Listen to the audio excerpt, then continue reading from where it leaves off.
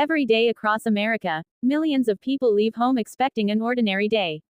They grab coffee. They check traffic. They head to work. Most never imagine that their morning commute could become the center of a major criminal investigation. But that appears to be exactly what happened in Riverside County, California. The victim was an employee of the American Forces Network, commonly known as AFN. According to authorities, the employee was driving toward work on Tuesday morning near March Air Reserve Base when a collision occurred. At first glance, it appeared to be a serious vehicle accident. Emergency responders rushed to the scene. Both drivers were transported to a nearby hospital. But as medical personnel and investigators began examining the circumstances surrounding the crash, a startling discovery emerged. The AFN employee had suffered what authorities described as injuries consistent with a gunshot wound. The revelation instantly transformed the situation from a traffic investigation into something much more serious. What had happened before the collision? When was the gunshot wound inflicted?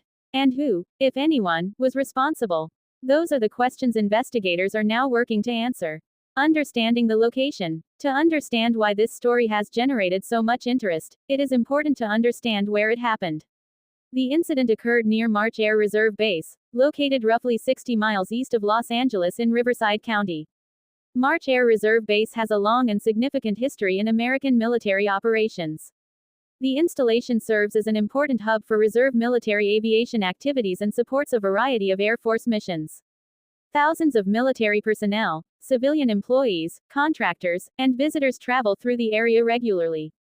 The roads surrounding the base are often busy during morning commuting hours as workers and service members make their way to the installation. This particular Tuesday morning appeared no different. Traffic moved through the area as people headed to work. But somewhere along that route, events unfolded that would lead to a fatal outcome and a growing criminal investigation. WHO was the victim. Although authorities have not publicly released the identity of the employee, we do know that the individual worked for the American Forces Network. For many Americans, AFN may not be a household name. Yet for military personnel stationed overseas, AFN plays an essential role in daily life. The American Forces Network serves as the official broadcast service of the United States Armed Forces. Its mission is unique. The organization delivers television programming, radio broadcasts, news coverage, entertainment content, sports, and informational programming to deployed military personnel and their families around the world.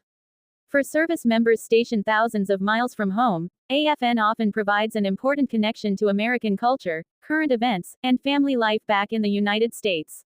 The organization operates globally and reaches audiences across multiple continents.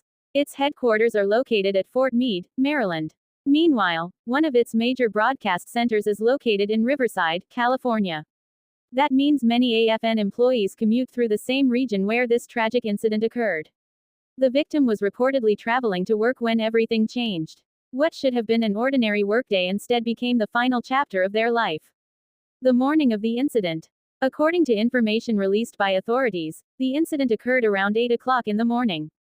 Emergency dispatchers initially received reports involving an assault with a deadly weapon. That detail immediately raises questions. Why was the situation initially classified that way? What information was provided by callers at the scene? Did witnesses observe something before the collision occurred? Authorities have not publicly answered those questions. However, the classification suggests that from the earliest moments, responders may have suspected something more than a simple traffic accident. Law enforcement personnel responded quickly. California Highway Patrol officers and sheriff's deputies became involved. Both drivers were reportedly transported to a hospital in critical condition.